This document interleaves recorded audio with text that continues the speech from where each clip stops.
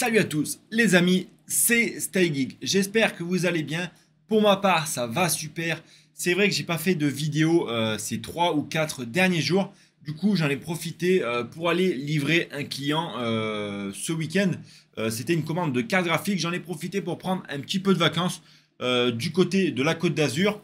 Donc en tout cas, j'espère que mon absence s'est pas trop fait remarquer. Mais on rattaque tout simplement les vidéos avec un cycle normal. Donc aujourd'hui, on va parler de quoi? Vous avez sûrement vu dans le titre pourquoi j'ai vendu tous mes Ethereum.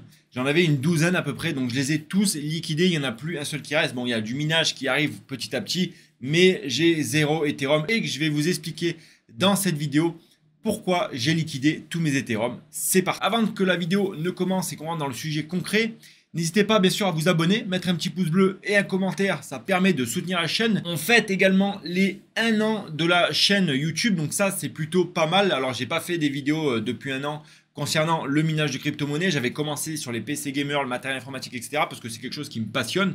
Si vous me connaissez un peu, si vous êtes là depuis un petit moment, vous le savez que j'adore tout ce qui est PC gamer. J'ai moi-même une petite bête de compétition à côté de moi. Merci à tous ceux qui sont présents depuis les 1 an d'ouverture de cette chaîne YouTube. Merci également à tous ceux qui sont arrivés entre-temps. On a passé aussi également le 1 000 000 de vues. Donc ça, c'est pas important, mais c'est quand même quelque chose d'important pour moi parce que ça vous prouve que forcément derrière, vous êtes de plus en plus nombreux à regarder les vidéos sur YouTube.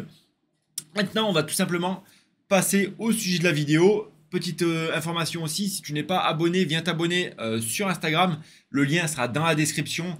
Et puis voilà, je poste du contenu de temps en temps. Voilà, c'est mon support secondaire pour vous poser un peu des questions et pour être un peu plus intime. Alors tout simplement, pourquoi j'ai vendu tous mes Ethereum? La raison, elle est totalement simple. J'ai adopté une nouvelle stratégie. Je vous ai parlé de plusieurs stratégies dans les vidéos. Au final, on reste sur à peu près la même stratégie, mais il y a un petit changement. Alors tout simplement, j'avais passé une grosse commande de cartes graphiques chez mon fournisseur. On était sur de la RX 5700 et 5700 XT. Il y en avait à peu près 70 de cartes. Donc elles ont été toutes vendues parce que du coup le fournisseur m'avait annoncé des délais, on va dire, plus ou moins normal, hein, de 3 à 1 mois, enfin de 3 semaines à 1 mois de délai pour les cartes. Malheureusement, les délais n'ont pas été respectés par l'usine, hein, chose qui arrive malheureusement actuellement tout le temps. Donc, qu'est-ce que j'ai fait? La plupart des clients ont compris et donc ont patienté, bien évidemment. Ceux qui ont pu patienter, justement, ils ont reçu des modèles donc RX 5700 XT. J'ai pas encore reçu tout ce que j'avais à recevoir, mais du coup, pour les clients qui devaient attendre encore pour recevoir un peu plus, enfin, qui devaient recevoir leur carte, doivent attendre un peu plus. Donc, qu'est-ce que j'ai fait? La plupart ont demandé des remboursements, parce que je trouve ça tout à fait normal. Du coup, ils ont été remboursés et c'est là du coup que mes Ethereum viennent en jeu. Du coup, j'ai vendu mes Ethereum pour pouvoir rembourser les clients et à la place de revendre en fait tout simplement le matériel que j'allais avoir. Donc, il y en a, je crois qu'il y a une quarantaine de cartes graphiques qui arrivent. Tout simplement, enfin, je sais pas si elles arrivent maintenant ou dans 2 semaines, 1 mois, peu importe. Tout simplement, je vais garder le matériel pour moi personnellement. Donc, ça me fera une quarantaine de cartes graphiques en plus et à peu près 2,4, enfin 2,2, 2,4 gigahash en plus dans la ferme.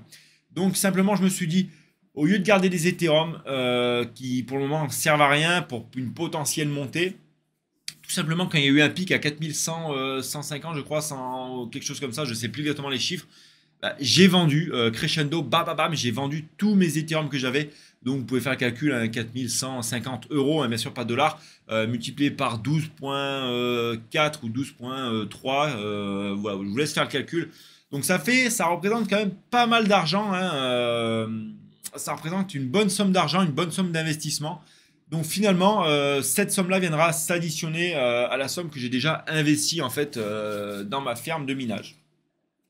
Tout simplement pourquoi? Car je me suis dit d'avoir beaucoup plus de matériel, beaucoup plus de puissance de calcul. Donc on serait approximativement pas loin des 6 GH, voire les 6,4 GH de puissance de calcul. Ce qui va pas être dégueu du tout. Et donc c'est un investissement. Enfin, je vais récupérer mes Ethereum, mes 12 Ethereum, à peu près, on va dire, en 4 à 5 mois, normalement, si tout se passe bien, si la difficulté reste à peu près dans ces eaux-là. Alors après, ça, c'est un élément qui va rentrer en jeu, puisque je vous avais parlé dans une ancienne vidéo que du coup on allait avoir une difficulté qui allait être augmentée, la bombe de difficulté à l'arrivée, mais on ne sait pas encore quand et à quel moment elle va arriver et quelle difficulté va être appliquée sur le réseau d'Ethereum.